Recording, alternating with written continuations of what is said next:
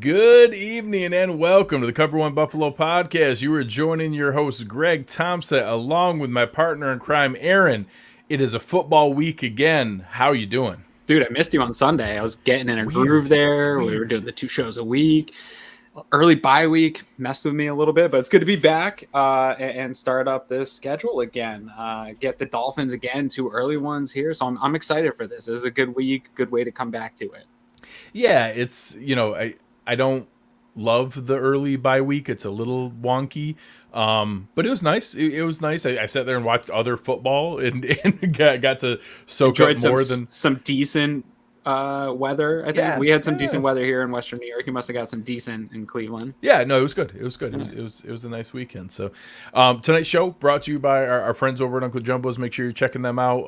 Download the Underdog Fantasy app. You can use promo code Cover1, make yourself some money. I actually made pretty decent amount of money this past week. Now the NBA's back. I have a chance to make some real money now. So here we go. Yeah, I'm gonna lose all my money. Although your picks have been fire lately. You've been on football's fire, been good. Yeah. I got a soft spot for Derrick Rose, and I always take the over if there's an over for Derrick Rose. And I don't know, he's playing all right, but I think it's gonna burn me in the long run. So obviously getting into Bills Dolphins is a fun one. That's always, in my heart where the real rivalry is in the AFC East. And obviously who better to come on and talk about the Bills and the Dolphins than our man, Marcel Louis-Jacques, the most recent transplant heading south. How is South Beach, the weather, all the food, how's it treating you? Man, it's all a whirlwind so far. I got here so late into the process that it's really just been kind of football and work first. Not to mention been in and out of town past several weeks, but it's been a lot of fun, man. At the end of the day, I always miss football season whenever it's not football season, and especially the traveling and that kind of grind, man. It just wasn't the same in 2020. So I'm happy to be back. Food is great. I've already somehow, man, I didn't put on any weight in 2 years in Buffalo. And I've put on, I feel like 10 pounds already in Miami. I don't understand what it is. Maybe my body, my metabolism was meant for Buffalo all along, with my body just rejecting Miami. But I don't know, man. I'm not. It was keeping you cold. You were shivering enough to burn it off. Yeah, that was my layer, man. That was my winter layer. Now it's just like I got no protection for what, man. What am I doing? I'm wearing a seatbelt on a tricycle. Like, what am I? What am I protected for?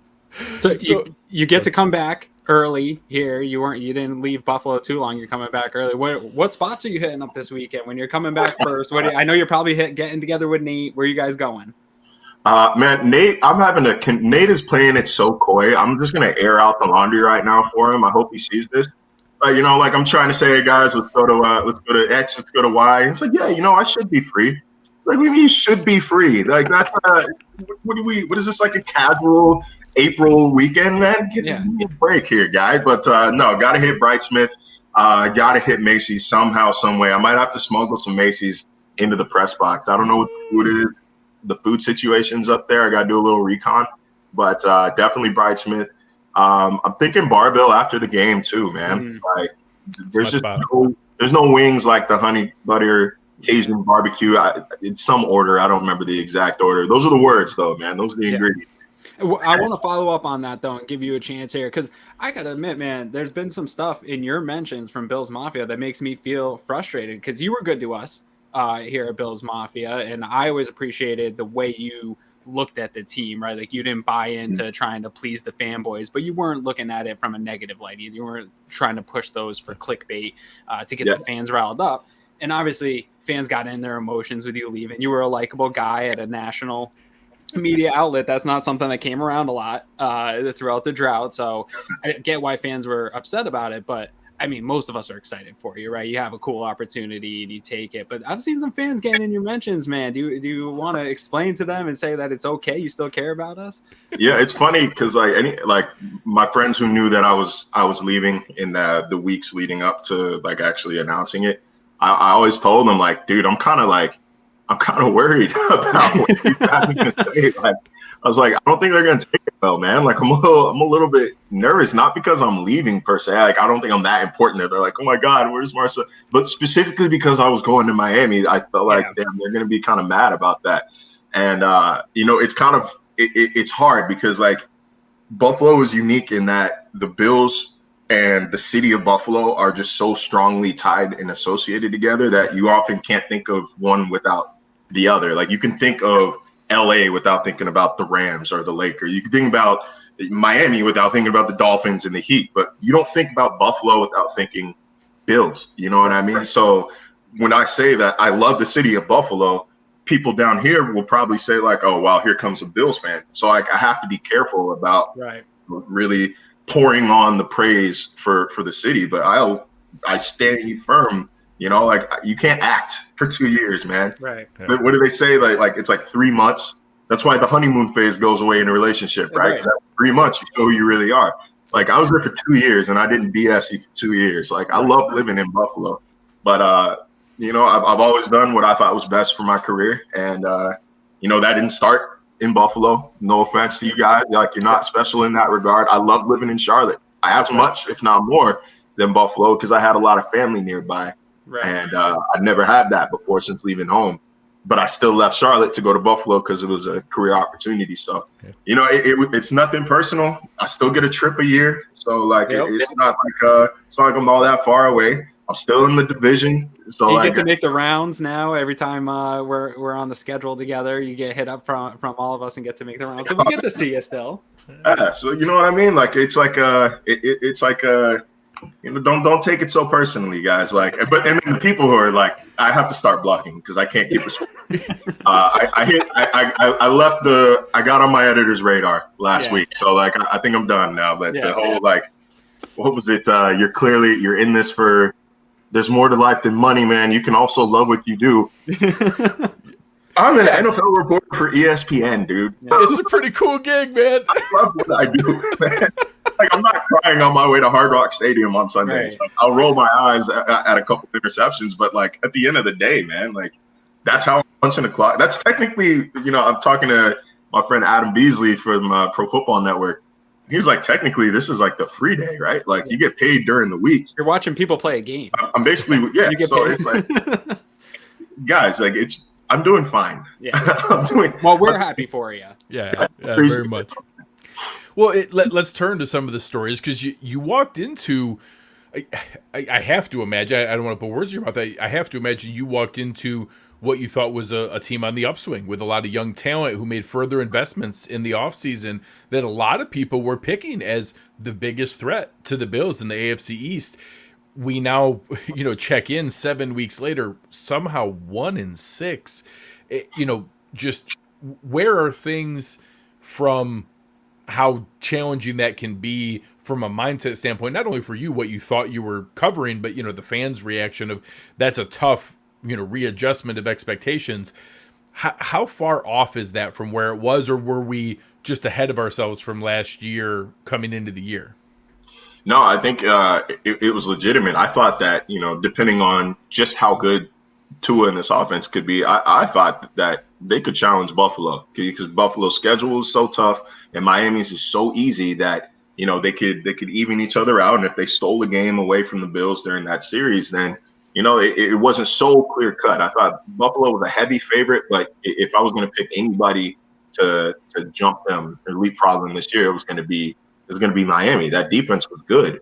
And, you know, if you go back to last year and you see what they were able to do well, they weren't so special, you know, in terms of containing an offense. You know, they were middle of the pack to bottom third in yards allowed per game, including through the air and on the ground, you know, but they were good in critical situations. They're number 1 third down defense. I think number 10 or 11 red zone defense. Taking the ball away. 8 scoring defense. That's.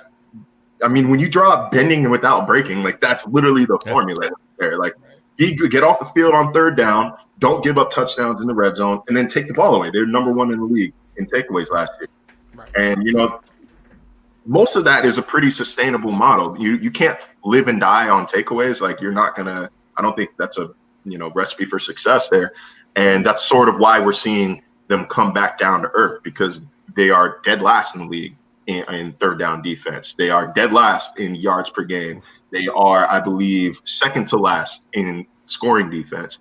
and then they're still hemorrhaging yards at will. So like that's where we're starting to see that collapse on the defensive side of the ball. That's why, when everybody in the country wants to say, oh, the Dolphins are bad, they should trade for Deshaun Watson. Pay attention to what the people down here are saying, because 100% of the people in that room who I talk to every day, we all agree that the quarterback's not the problem. Matter of fact, Tua Tagovailoa is playing the best ball of his career over the past 2 games. Deshaun Watson ain't fixing this team, man. It's that defense is bad, and then the offensive line, for as many draft picks as they've poured into it over the past couple years. I mean, we've got 4, I think, top 90 picks under Chris Greer over the past 3 years, and they are still, I think, dead last in pass rush, pass block win rate. They are allowing, I think it's 8th or 9th highest percentage of sacks, but they're seeing the 12th fewest blitzes in the NFL. So defenses aren't even really doing anything special. They're dropping back and they're sending forward, and they're still getting home. So there's a lot of problems on this team that is starting to make 2020 look, no, I don't want to say F word, but a little fraudulent. Yeah, I do. I'm gonna jump into the defensive side of the ball here, but before I do, you mentioned that trade for Deshaun thing, and I agree with you. I don't know that better quarterback plays necessarily to fix what's wrong with the team this year with this roster, because the data and on film shows what you said a little bit more. Things are broken to a more extent than just quarterback play. But I got to ask you while you're here. So you've got a team that's off to a rough start at not meeting expectations. They had internally, I'm assuming, big expectations. And then you do throw this sort of mix in between ownership doesn't seem on the same page with front office and coaching staff in terms of the messaging about Tua. You're getting different reports out of Miami of that, ownership wants Watson bad, and there's all this stuff going on in the background. How straining has that been on this organization just in the day-to-day, on top of starting with 1 win and not meeting expectations? What type of black clouds hanging over the organization right now with this Deshaun rumor, and how heavy is that? Yeah, and the Deshaun stuff, it's so multifaceted. First of all, like 90% of the information that we're getting is coming from Houston. I think Houston is desperate as they've ever been to get rid of him. They are trying hard. It's starting at the top, though. They've got a GM who does not want to back down on his trade demand. Right. So I wouldn't expect anything to happen by that deadline. But you can see it because, and you feel awful, and the fans are starting to kind of try to, clamor and have his back on social media. But, you asked Brian Flores about these rumors, and, he's, I don't want to discuss that. Tua as our quarterback, and then he just insists that he's going to leave it at that. And then we just hammer Tua with these questions for 10, 15 minutes today, and he's got no control over that, man. Like, he's trying to smile through it. Tua's a great kid, and but you can just see he's tired, man. He was asked point blank today, do you feel wanted by this organization? And he just says, I don't not feel wanted. Right. Like, I can say that. Like, goes on this tangent about, like, not tangent, but, has this answer about how life isn't always fair to people. Yeah. Like, and he doesn't let, he doesn't even know when the trade deadline is. He doesn't hear about these rumors. 23-year-old kid. Yeah. But it's an unfair. And, it's a tough business, man. It is an unfair business. It is a tough business, but that is the business, man. Yeah. So I personally, man, like, I'll fully admit, and especially after week 1, I don't care that they won. I walked out of that with the same mentality I had coming into it about Tua, which is, I don't know how good this guy is. I don't think the arm talent. I didn't think the arm talent was necessarily special. I thought he was small. I thought, not small, but undersized for the position. I thought he wasn't aggressive enough, a little too timid of a passer. And, he just came out firing against Jacksonville. When they had their backs against the wall, they couldn't afford it for him to be timid, and he hasn't been. I think the arm strength is still not necessarily like world class, but, he is pretty accurate with the football. He does generally make good decisions. The 3 interceptions he's thrown these past 2 weeks, they're making their rounds on social media. But, I mean, and they might be mad at me in the comments for this, but Bills fans, y'all got to be the last ones to pile on a guy for bad interceptions, man. After what y'all went through with Josh Allen in 2018 and 19, like, that's a little hypocritical, you know what I mean?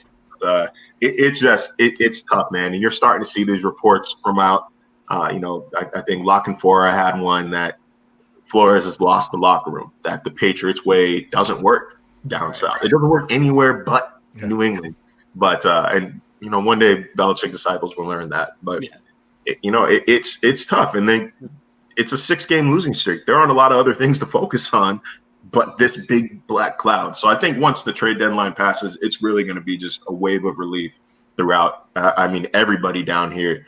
Players, coaches, media, and I think we're all just looking forward to getting past this thing. I bet. So let's dive into the defense real quick, because this is actually shocking to me how poor they're performing here on this losing streak that you're talking about, because you said it when you joined this team, that defense was really the strength. And I agree with you that the turnovers last year, that's hard to replicate year over year, and getting some of those turnovers, some of that stuff's luck. So I expected some regression, but not regression to the point that we're seeing here. And one of the stats that stands out to me, I love explosive plays and toxic differential, as our fans here know.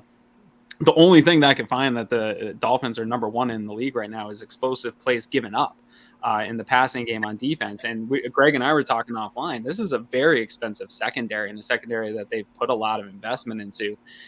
What's going on, and that they're giving up these big plays, giving up a ton of yardage. This is where this team's supposed to start and have their difference makers, and it's not happening at all. What's going on? I love that use of the word expensive, because, it is expensive in more than one way. Obviously, there's the financial commitment that they've made to Xavier Howard and Byron Jones. When they sat out against the Jaguars in week 6, that's $31 million worth of cap hit this year that is on the bench. No. But not just, like I said, not just financial. They've also got Noah Igbenogany, who's been a healthy scratch in all but 2 games this year.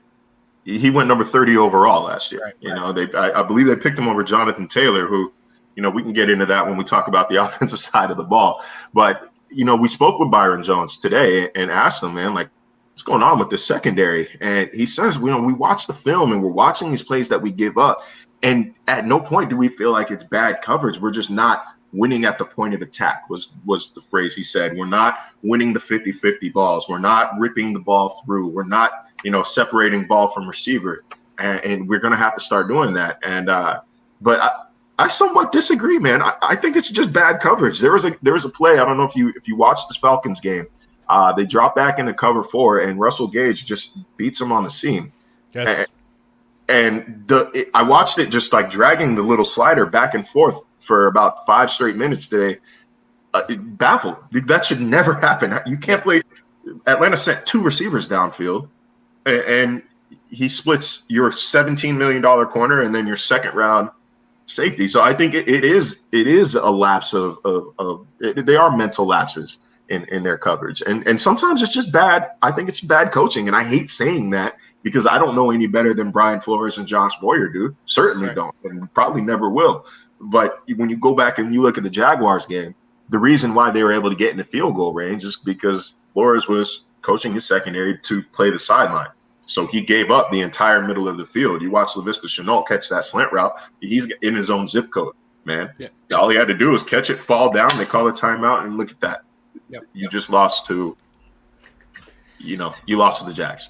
Right. So I think there's a healthy mix of just of mental lapses on defender side of the ball. I think it's poor leadership from, I don't want to say poor, but some tough decisions from the coaching staff, and it just kind of be like that sometimes, man. I know that's not very technical, but when you start, I covered the Panthers in 2018, and they lost, I think it was 6 of their last 7 games after starting out 6-2, and sometimes it was just inexplicable, man. Like, you just get into that funk, and it is so hard to climb your way out in this league. Yeah, some of those that we talk about all the time on the show, some of the things you can't really quantify in a PFF grade or anywhere, but like a team just gets it. Either the same thing with turnovers. Sometimes you just get on a roll and they just start coming, and sometimes you can't find any. I just want one more thing here before I pass it out to Greg. I think the linebackers, we really touched on that in the last show. I think we all agree that's an area for the Bills to try to attack, even without Dawson Knox in the lineup. But I want to talk about this defensive line here, because this is actually surprising to me of how well I think a lot of the guys on this defensive line are playing. When you look at some of these passing results, and there's constant argument, right? Like, is it pass rush or coverage that matters the most? And I think Miami's playing really well in pass rush and along the defensive line in terms of for their team and what their defense is doing. Ogba's a really nice player over here in Miami, and I love Christian Wilkins, and he's having a nice year and starting to put some stuff together. They got young, good talent. What's good? How come that pass rush and their effectiveness isn't creating some more chaos here in the passing game? What's missing here? Is it that bad on the back end that the pass rush doesn't even matter? I think you kind of nailed it right there. I think that, and that's so ironic because like that's not how this defense is not necessarily built to put up crazy passes. Yeah. So it's like they're doing what the rush is doing their job. Like quarterbacks getting the ball out quick, they're winning their pass rushes. I like that you complimented Ogba. I think we're trying to, in the meeting room today, we're trying to decide like who would you say is the defensive MVP right now? I'd say it's probably him. Yeah. The line itself has gotten a lot better since Raekwon Davis got back from a knee injury he suffered in week 1. And you're starting to see that against the run. They're one of the best units in the NFL in terms of run stop win rate. I believe they're number 4 the last time I checked. And, held their last 2 opponents under 100 yards per game, which is great. Like they hadn't been able to hold guys under 120 in the previous 5. So progress is progress. But you hear this term a lot in Buffalo. I heard Sean McDermott and Micah Hyde and Jordan Poyer and you name them say it a lot, but it is rush plus coverage, and that equals a good defense. And right now, the Dolphins are just rush, and they're not deep enough to have that just constant rotation of guys screaming after a quarterback. Ogba's good. Jalen Phillips is starting to come along. They've got him playing kind of more of a hybrid role, more of that rush outside backer role. Christian Wilkins is who he is, but he's still not a big sack number guy. He's not, somebody you're going to have to game plan against from a pass rush standpoint. So they don't have the horses right now to be, for the pass rush to be the strength of this defense. And until secondary starts playing up to that paycheck, man, like I think we're going to keep seeing a lot of the same, defensive results that we've been seeing over the first 7 weeks. So let's flip over to the other side of the ball here. And I think you touched on it earlier, and especially whether it's with the Watson rumors or whether it's, you also touched on the social media aspect of it. Bills fans are obviously going to cling to the highlights of some of the ugly interceptions, some of the initial early, he obviously didn't look as good in the full game against the Patriots. These last 2 games are probably a little grain of salt with it being the Jags and the Falcons defense, but overall, he's looked good. Like he's been legitimately solid in what he's doing, where he's bringing the ball.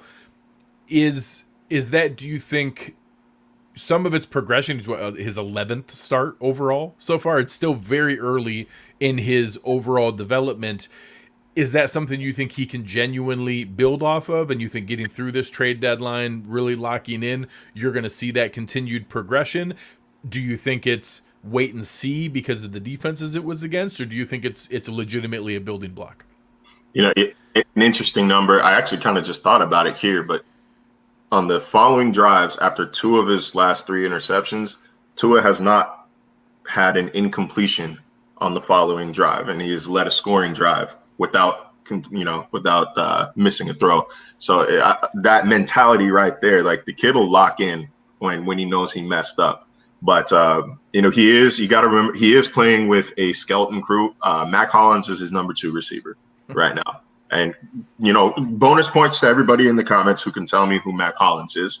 All respect to Mac. I love that dude. We just talked to him today. But Devontae Parker is hurt. Will Fuller is hurt. Doesn't look like he's coming off IR anytime soon here. And so it's really just Jaylen Waddle, who they're turning into Jarvis Landry 2.0 kind of. And then Mike Gesicki, who has, really just exploded over these past 2 games with Tua back. But and then you cannot forget, I really can't state it enough how poorly this offensive line has played this season. That's where I was going next. It is just, all I really knew from afar about the Dolphins O-line was the little battle that fans had with Mina Kimes whenever she criticized them. And so she even she messaged me before I got here and was just like, "Good luck." And she wasn't wrong. She wasn't. This unit is playing so badly. Liam Eichenberg playing at left tackle. They're using him kind of like how the Bills were using Cody Ford, and that they refused to put him at one position. And he got reps at right tackle. He got reps at right guard. He played some left guard, and now he's their starting left tackle. They had to move Austin Jackson inside to a position that he hasn't played since the Army All-American game as a high schooler. And he's still been kind of hit or miss. He had onto a second interception. He got blown up by Grady Jarrett. I would say moved inside, still gave up 4 pressures at guard. Yeah, so he hasn't been great. This unit as a whole gave up, I think it was 22 pressures to the Jaguars. Like, that's not – I can't – I don't have enough words to describe how bad this unit's been. So Tua, he's not the kind of guy that – he doesn't have that kind of arm strength to be dancing around the pocket and making throws on the run. So, like, they're not really putting him in a position to succeed with the unit in front of him. I think that Miami has tried to support him. I think they've tried to give him a supporting cast. Like, things they've done on paper make a lot more sense than, say, whatever the Jets did with Sam Darnold over the past several years. Like, I see the vision. It's just not working out. They haven't connected. And, that's why, if you keep Brian Flores and Chris Greer around another year, and I do believe that they're connected, you don't get rid of one without the other. I think at this point, you're not forcing Flores onto a new GM. At what point do you really trust Chris Greer at this point to keep making decisions with these draft picks, because they haven't been panning out? We talked pre-show as we were prepping that I had a lot of respect for Chris Greer's skill in accumulating assets. He was very, very good at pulling them together, and then I wasn't all that nervous because he kept spending the money on the wrong people and picking the wrong people in the draft. So I was like, that's all right. We'll probably be okay. One of the picks that I do want to talk about real quick here before we get a feel for this game is, I think, the compounding effect of how bad that offensive line is it's stunting Jaylen Waddle's capabilities, because there's so many guys like the Marquise Goodwins and the John Rosses of the world where they have that track speed, but it doesn't translate.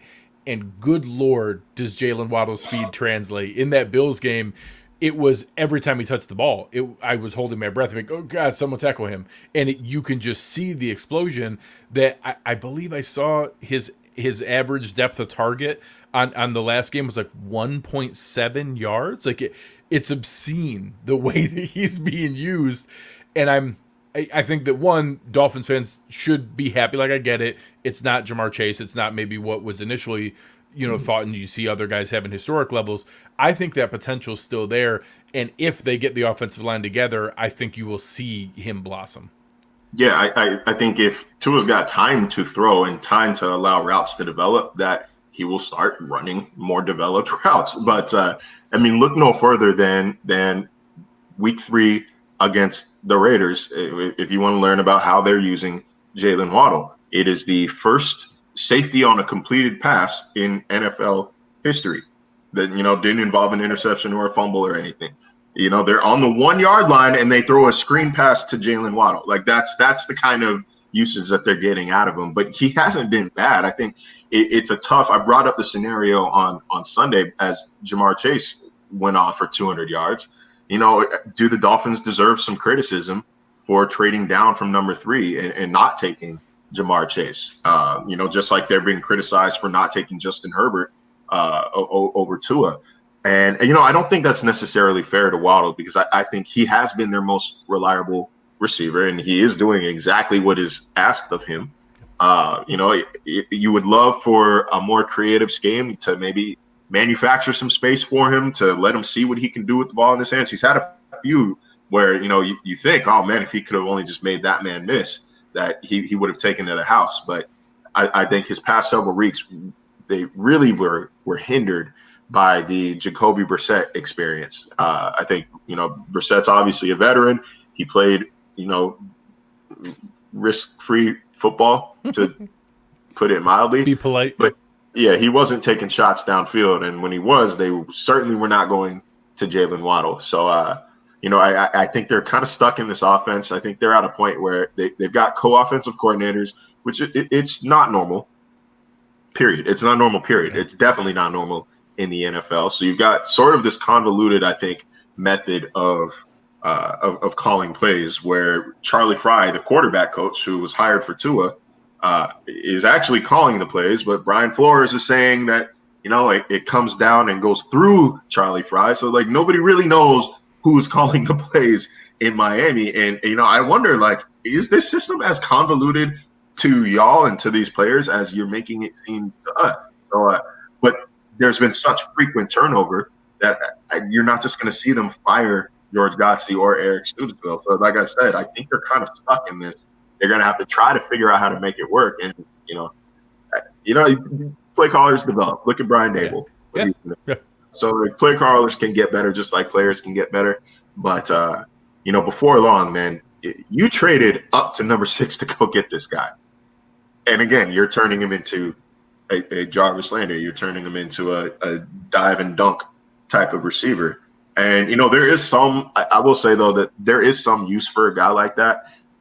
It's sort of how the Bills used Cole Beasley last year in situations and where, like, they can't necessarily run the ball. Yeah, extension of the run game.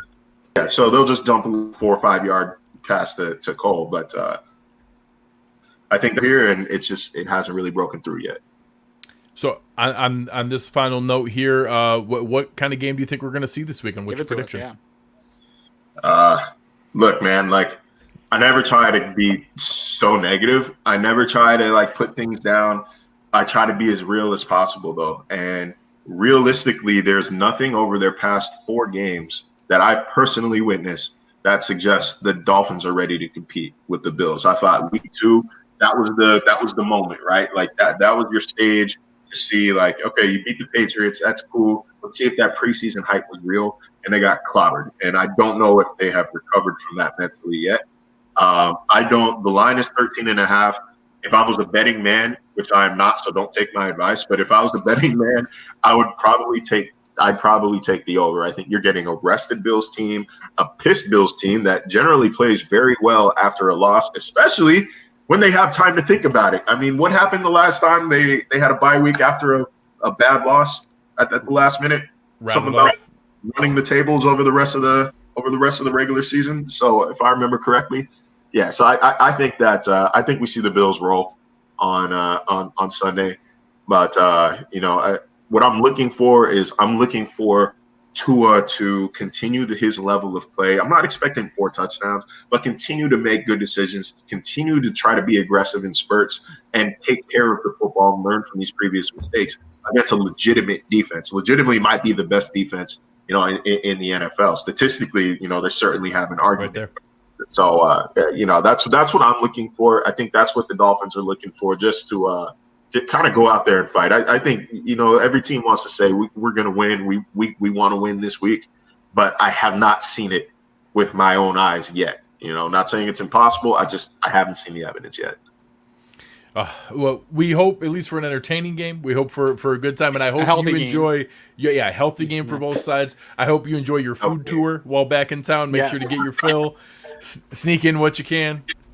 About to say, might lose some weight. Who knows? I just don't know how my body works up there, man. Right. But, it's going to be weird covering from the other side of the press box. It's fine. I got my visitor credential today. And you lean over and wave to everybody. Up to the other guys. What is this? I've never even seen these before. I have no idea what they look like. So it'll be fun, man. I'm looking forward to. I don't know, with COVID and everything, I don't know how smart of an idea it would be to go check out these tailgates, but that was always something I loved doing when there were fans in the stands, man. Right. At least until it got 20 degrees out.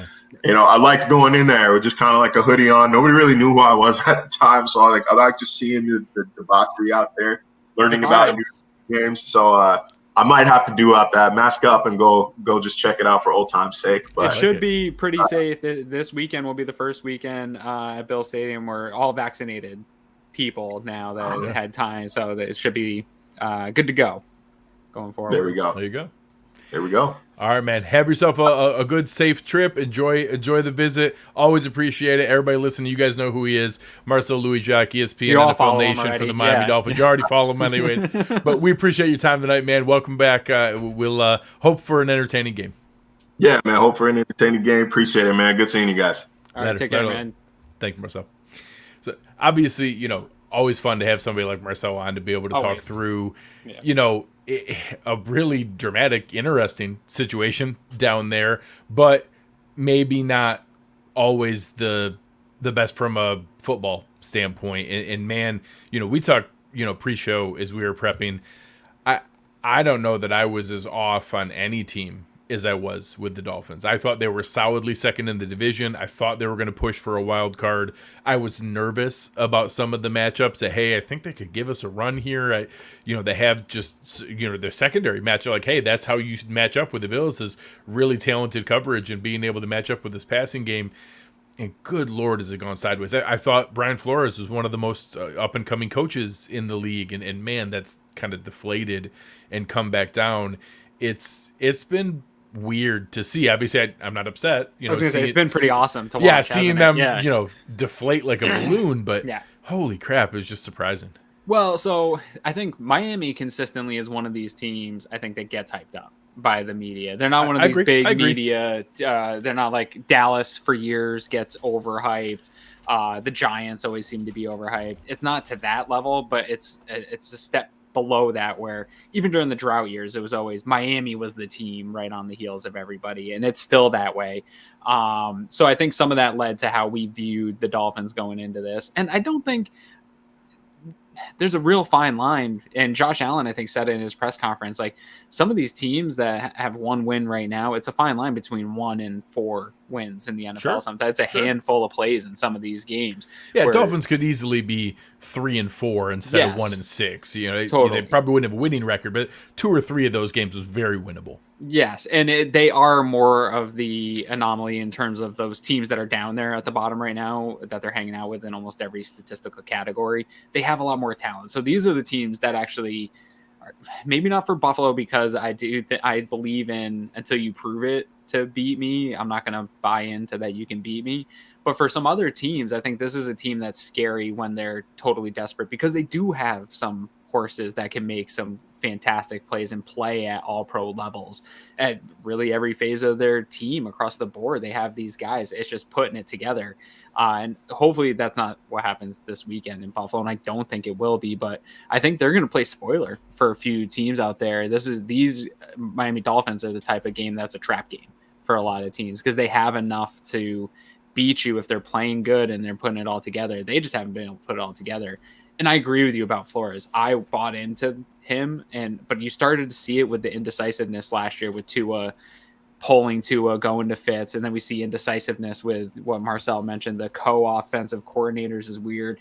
That threw a lot of red flags to me. This like continuous pattern of indecisive behavior. That doesn't scream leadership to me. That screams, hey, you probably are a great coordinator and a good person in an organization. I don't know if I want you in the head seat. You need a guy that makes decisions and goes with him and goes forward with him, whether he likes him or not. I think he's the defensive version of Kyle Shanahan, where you can be brilliant at that role. It doesn't mean you're the leader, a good head coach, to lead an organization, and that not everybody transitions. And, we talked about the same thing pre-show with McDermott. He's not perfect. He's had flaws. He's shown maybe a better ability to improve, a more humble willingness to do those things. But he's transitioned out of that defensive play calling mode into an overarching leader as well as you could hope for. Like, it just as well as you could hope to do. And he's set up well, talented roster, great partnership with a really talented GM and staff, has both done himself the favor of hiring a good staff, but also gets credit for hiring a good staff. And, some of those different things I think goes together. Yeah. He never teetered on those mistakes, right? Like, he hired Rick Dennison, didn't work out. Rick Dennison was gone. There was no indecisive nature from anything that we've seen from McDermott so far. And I think that stuff matters in leadership. So let's go into maybe what we're going to see this weekend of who's going to be on the field. And you will certainly notice a difference between the two teams. the Bills, a couple DNPs. Cole Beasley just a veteran rest day. Spencer Brown is the only maybe surprise on here. Justin Zimmer hurt his foot during practice, so he was limited. Dawson Knox obviously out with the hand, but anybody who saw the video of him out there practice today, it's literally just a bandage on the back of his hand. He was catching balls. He was holding balls in that hand and doing drills. Certainly didn't look like someone to me who has another, let's say, month to go. This certainly seemed like a maybe 1 to 2 week thing, me purely speculating, but he looked like somebody who was closer maybe than I assumed until I saw that video in there. I don't love Spencer Brown missing a practice with a back injury because like you said, this defensive line is talented. I don't love that one. So that's something to monitor as the week goes, but man, are there a lot of names on this Dolphins list. Jerome Baker, Xavier Howard, Noah Igbenogany, Brandon Jones, Byron Jones, like their entire secondary, plus Jalen Phillips and Landon Roberts. That's a lot of limited pieces. Devontae Parker. And Fuller's already on IR, right? Yes, correct. It's a rough one. And McCourty is over on IR. Yes. Now too. So yeah, they've had literally their entire paid secondary is either already out or on this injury report. Yeah, it's rough. And I'm assuming a lot of these guys on the injury report are going to play, but we talked a little offline and I should have asked Marcel this. I do think you're starting to get to the point with the Miami Dolphins where you're on a streak like this where some guys probably are showing up to practice and they're like, look, I'm limited. Screw you. I'm not practicing hard every single week, to continue to go out there and lose. I think there's some fracturing going on at this point over in Miami. Whether you like it or not, it's a business. Yeah, it's a business. It's not fun. But in terms of those Bills ones, Dawson Knox, super encouraging to see. I think as the week went on here, not seeing any moves for any type of tight end replacement or even some low bottom roster guy just to get up or talk about bringing Waring up, active to the permanent roster here. I think that those were all good signs, but then seeing him with just a Band-Aid, like you said, throwing, catching, moving that hand around, I think he's going to be back sooner than later, and that's great. This is the perfect week to allow him to rest. This next 3 weeks is a great week stretch to allow a guy like that to rest. Spencer Brown's not concerning to me for this matchup because the Bills dominated the Dolphins with a different offensive line. I don't think that makes the difference in their ability to beat the Dolphins. But what concerns me about that, he's a big dude. Yeah. And back injuries, I hate. I don't know what it is. I'm not going to speculate as to what the back injury is. I know they're not fun. I know they can linger. And for bigger dudes, I know they can become a problem. So I'm hoping that we talked the last show that if there's value in improvement, it would be from continuity and gelling together. Yes. This is one more hurdle to that happening. Sure. Yeah. And so hopefully that trends in the right way. And it was just, hey, he maybe needed an extra treatment on the back today. And so they gave him time to allow that treatment. And but if that starts to linger, that's one that always concerns me. I hate seeing big guys have any types of issues with backs. It's not a fun recovery if it's anything serious. So some of the things as we kind of pivot into some of the awesome graphics that you put together here. Thanks. You don't have to say that because we're together. The Bills, obviously, some people needed the perspective of the bye week to look and be like, hey, things aren't that bad. The Bills are still number 1 in the NFL in true toxic differential. Yeah. And I know you some of the bye week have shared maybe what that means for some of the fans. Some of the bye week plays into your favor on toxic differential. Sure. So I could do an adjusted for games, relative, but in terms of that only really helps them in terms of explosive plays given up, stuff that the defense was already doing a really good job at. I think we would assume that they'll continue on that path here this weekend. But it does show you in terms of their ability to create explosive plays and not turn the ball over. I think those things all show that this team in total, the differential is still substantially higher than anyone, and nobody really even caught up. I think if you switch back to that or that other graphic, Cleveland made a pretty substantial jump in a +7 swing to get it back into that top 3, but nobody else really is challenging them and Dallas. And if this is a statistic which I believe that indicates how a team is winning and how they're winning games, I think people might want to start taking Dallas a little bit more seriously as a contender. I don't know that they can continue the turnover ratio that they're getting, but they do come in bunches and teams have runs. If they continue on this type of their ability to have an explosive offense and do what the Bills are doing and getting turnovers, that's the path to winning, and they're going to win a lot of games. And so, yeah, if the Bills can stay even up in this plus 15 all year long, I think they're going to win a ton of games. But plus 27 is silly to me at this point in the season. And when you look at who they're about to play, Greg, I'd say that this is going to go down. But with this list of the next 3 weeks, this could hover around 30 for a month. Absolutely. And for anybody listening to the podcast tomorrow, the Bills are number 1 at plus 27, Dallas plus 22, Cleveland plus 20, Arizona plus 16, Minnesota plus 16. So being top 5 is plus 16, and the Bills are plus 27, 11 more than the 5th best team. It's really incredible. And so Eric is asking for people that are new listening, obviously, what is toxic differential? We'll go real quick because we were talking about it here. And so nobody's tracking toxic differential, and really, so Sharp Football Stats tracks explosive plays. So toxic differential is explosive plays, which are plays over 20 yards. Sharp tracks it 20-yard passing plays and 10-yard rushing plays. He considers those explosive, and then giving those up, plus turnovers. So Sharp doesn't track the turnovers in the turnover differential. So I grab those stats from other places and add up the full differential of explosive plays plus turnovers. And that's where you get the true toxic differential. But Greg's got explosive plays up here. And Sharp Football Stats does a great job. This is all free information that they give out. He tracks the explosive plays from each team, which is really important. I think of anything of this toxic differential that is a trend that you can find, it is defenses giving up explosives and offense is generating explosive. I do think that there's trends in that year over year, that if you're an offense that gets a lot of explosive plays, you'll probably continue to get explosive plays. And if your defense is hemorrhaging them, you're probably going to continue to be at the bottom of the league and hemorrhaging them. And that is what we see right now from the Miami Dolphins. And that's what I brought up to Marcel here is, you and I talked about it offline. The most expensive, most investment on your team is giving up 37, which is good for first, and first is not what you want to be in explosive plays. First means most, so they're giving up the most in the NFL, and it's by quite a bit. The Bills might not give up 37 this year. They are not. I don't believe they're not on pace. They are not on pace currently to do it, and I don't think that Tua is going to get a lot this weekend to push that number up substantially for the Bills. So a tale of two very different defenses. And so that's what toxic differential is. They're on pace for 28. Yeah. And we had Mafia numbers do some running historical last year about, teams that won these types of categories and the correlation to winning. And there is a correlation, whether or not a result is a determining factor in all wins or not. There's definitely correlation in some. So it's something we track. It's something I like to see how the teams that we're measuring up against, how they are currently playing. I think it gives you a good, when you dive into the field, it pops off. The explosive plays pop right off for you. So, and one last one, I know you also put together. I love DVOA. We're going to jump into DVOA. Yeah, let's go right to it. Yeah.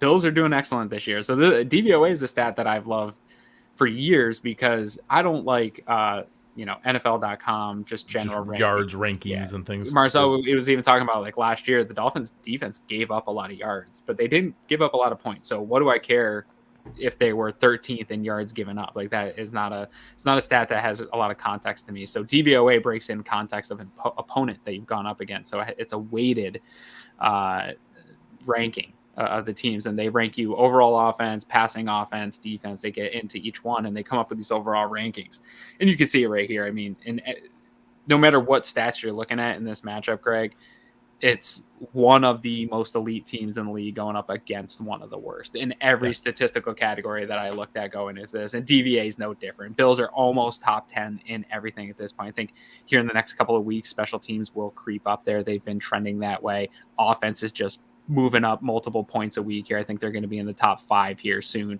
And I can't see defense over the next 3 weeks moving from the top spot anytime soon. So this chart on the Bill side could look a lot better over here the next 3 weeks. But for this specific matchup, this doesn't look good for Miami. Yeah, and for those listening, Miami 28th in overall, the Bills are first. Offense 26th overall, the Bills are 10th.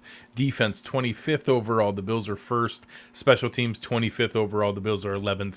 It's a landslide in all different directions, and that leads us to finally, what do we think we're going to see here? And we'll bring up our friends with Uncle Jumbo's, with this prediction of what we're going to see, the spotlight on this game. I think it's a great spot for Josh Allen to continue the progress he's got. I think that the passing offense has been looking good. I think this is a really good spot to lean into that because, like Marcel said, their run defense is good. There's no sense trying to bang your head against the wall. Raekwon Davis is one of the biggest humans in the NFL. Yeah. Don't try to bash him to the ground. Like he's huge, but they're giving up a ton of passing yards. This is just a recipe for disaster for the Dolphins. I think it could get ugly.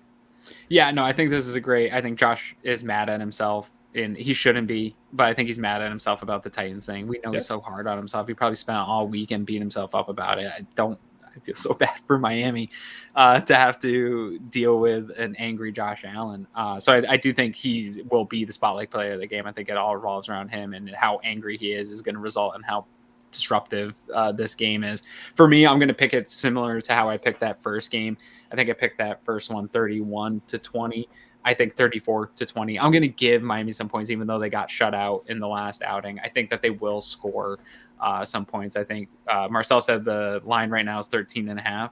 Yeah. I think that's good. I think 13.5 over under a 49. So Vegas is calling, I guess technically 31-18. Technically is like that's what the Vegas line is. I'll take the over. So you're going slightly over at 31-20, and I think it's one more score in each direction. I have it 38-13. Wow. I think that it's a rested team. Sean McDermott coach teams are 4-0 coming off the bye. Yeah. Marcel brought it up. We saw what happened coming off the bye last year. This team is still healthy. This team is performing well. The Bills' strengths are the Dolphins' biggest weaknesses. I do think Alex 54-7. It could happen. It's not crazy. I mean, the Patriots almost put up 50 points last weekend, not against the Dolphins, but the Patriots. Well, was that against the? Yeah, that was against the Dolphins. Jets. Sorry, not against the Dolphins, but the Dolphins lost to the Falcons. That's right. Yeah, if the Patriots offense can almost put up 50, the Bills legitimately could put up 50 on the Dolphins right now. Yeah, and it's one of those things where I don't know that they're going to be just this spiraling dumpster fire for the rest of the year. I think this is a really toxic, unhealthy environment with all the discussions going on right now.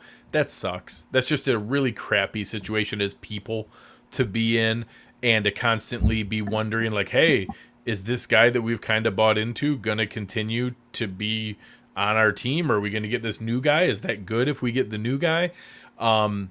It's a weird situation. You talked about a lot of business decisions by some guys on this team now having to make personal long-term decisions of like, hey, what do I want to sacrifice my body for if this is where this team is going? Is this we're going to win 3 more games this year? Yeah. Is this going to be the coach that's going to be here? Is this going to be the GM that's going to be here? Am I going to be here? Yeah, this is a really toxic situation to be in, and that's not a great situation with a team coming off of rest, angry after a loss, focused with a coach who is famous for not letting teams look ahead, and for anything you want to nitpick with Sean McDermott of consistently beating the high end teams. He's like everybody else. It's hard to have exceptional records against really good teams because they're the really good teams. Right. Sean McDermott does have an exceptional record against bad teams. Right. The Bills do not lose games they're supposed to win, that they're heavily favored, that they're supposed to put their foot on the throat of. This checks every single box, and like I said, both of us there in the 30s to something in the low teens. I got it 38-13, and I think it could get ugly. Yeah, I hope it does. These are the kind of games here. This whole next stretch, I think that we can clump these next 3 games for the Bills into a similar category. And I expect if you're the Super Bowl contender that I think they are, I think that they're legitimate top 2 teams right now in the NFL, and all odds, and I agree with Vegas's odds on this, that if you are that team, you're going to come out and roll all these teams and not make it close. Because I do agree with players when they get into the, hey, every team's got good players and all these things. I believe that very much. Every single team in the league has good players. You should come out and give it your all in every single matchup.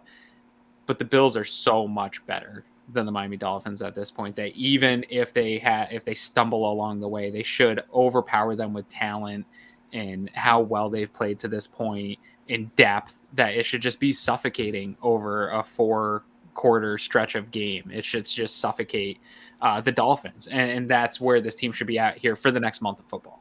Yeah, you brought it up here that this is not a homer take. This is Football Outsiders. The Football Outsiders metrics, the guys who create, being able to have DVOA and all the intelligence that we have, they have the Buffalo Bills with the highest percentage. So everyone who's frustrated with, oh my gosh, we got exposed by the Tennessee Titans, I can't believe it, we're not going to be able to do that. Titans aren't even on this list. Yeah, there was a lot of fluky plays in that game, and don't get me wrong, we got to be able to beat them if that comes back around. Sure. The Bills are still an incredibly talented team with a lot of positive indicators, and every, smart football person you listen to still has them as one of the top teams there, and you should feel confident in that as a Bills fan. Yeah. And with that, I think the expectation is, so like in years past, Greg, you know me, I, even in a matchup like this, very concerned, hey, these guys have enough playmakers where this game could get close, and I pick close games.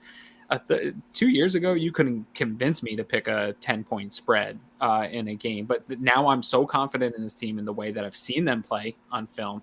Then you match up with what you see from Miami. Plus, you look at all these stats all week and getting ready for this show.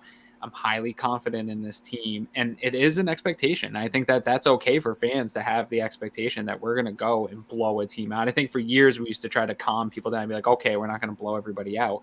But this next month of football should be majority blowout victories for the Bills. This should be a party here as we ramp up towards the Christmas season of just fun Bills wins where we're just racking up stats.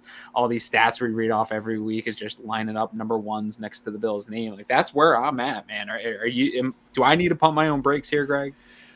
No, it's crazy to say that, but no, this stretch of games, the Bills are going to go 3-0. The Bills are going to cover the spread in most of these games. The Bills could have a 3-game stretch of 100 to 30, 100 to 40 in this stretch, and could stretch out their point differential by 40, 50, 60 points. Like, this is that stretch. Now that doesn't mean you automatically win the Super Bowl. That doesn't mean you can beat the Ravens, you can beat the Chiefs again, you could beat the Titans the next time, you could beat the Rams or Cardinals or Buccaneers in the Super Bowl, the Cowboys, whoever it might be.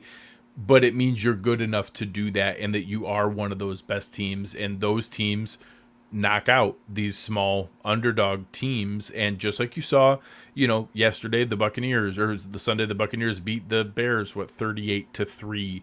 You saw the Cardinals throttle the Texans and rattle off 31 unanswered for 31-5. Even, the Lions literally pulled out the kitchen sink against the Rams, and they still pulled away and won that game.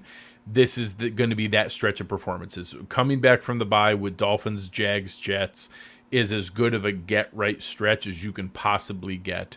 And with the coaching they have, with the talent they have, with the health situation of the current team, this is going to be a 3-0 stretch. This is going to be a healthy one. Like you said online earlier, the team needs to have a game-by-game mentality. The team needs to focus one at a time. The team needs to be able to stay in a bunker and only do one game at a time. We don't. we don't have to do that. The Bills fans are going to have a good time this weekend. It's going to be a happy Halloween. Enjoy every second of it. You eat anything good? Besides, obviously, your ribeye. Obviously, I'm gonna grill a ribeye on Saturday night. Make me bully you again. Yes. You want to talk about week by week mentality? I got beat up online for even considering not doing it.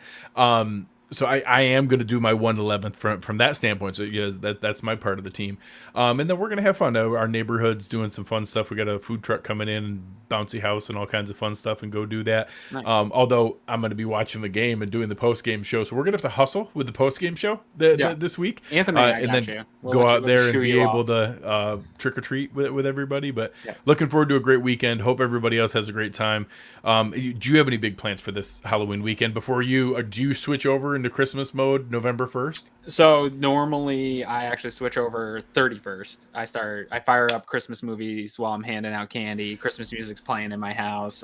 There will be Christmas music playing on the 31st in my house, but we are having friends over, friends of my son, and we're all going to go out trick or treating and cool. try to get it in. It looks like it should be okay weather here. Yeah, it's going to be sketchy here, but we think we might get it. Yeah. I think it's iffy, but I think we'll be better than we've been the last couple of years. So excited. The kids are finally getting to the age, or especially my almost 6-year-old, where he's really into the idea of getting dressed up and stuff. So it's fun. 6-year-old boy is like prime Halloween, like 6, 7, and 8. That window where they're getting fast enough where they can run from house to house, but like still are excited about dressing up and the whole deal. That's like prime Halloween window right there. We're into it. Yeah.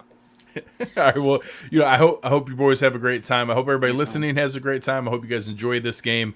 You guys make sure you check out our friends over at Uncle Jumbo's. Awesome stuff coming from there. Can't wait to check out their Niagara Frontier whiskey bourbon. It's going to be fantastic. Download the Underdog Fantasy app. Use promo code Cover1. Make sure you check out everything we have going on at cover1.net. Give us a like, give us a rating, give us a review, subscribe to the channel, and come check out our premium subscriptions. Awesome work going on. We got a lot of exciting things in the works. We've been having a lot of exciting discussions internally with the team at Cover One, and a lot of good things coming for you guys. This is the time to jump aboard. There's going to be more and more good content. We're figuring out new ways to create more great video content for you guys. All kinds of really exciting stuff coming. Make sure you're looking on the website, checking out the premium subscription. Look in the show description where you're watching this at. You can sign up to be a premium subscriber, get into the Slack channel, talk with us all the time. It's a really, really awesome environment. Totally worth the investment. Very, very reasonable compared to the crazy stuff I have subscriptions for that I see coming out of my account every month. But make sure you're checking it out. Follow Aaron Quinn at Aaron Quinn716. Find me on Twitter at Greg Thompson. But on behalf of Aaron, I have been Greg. You've been listening to Cover One Buffalo, and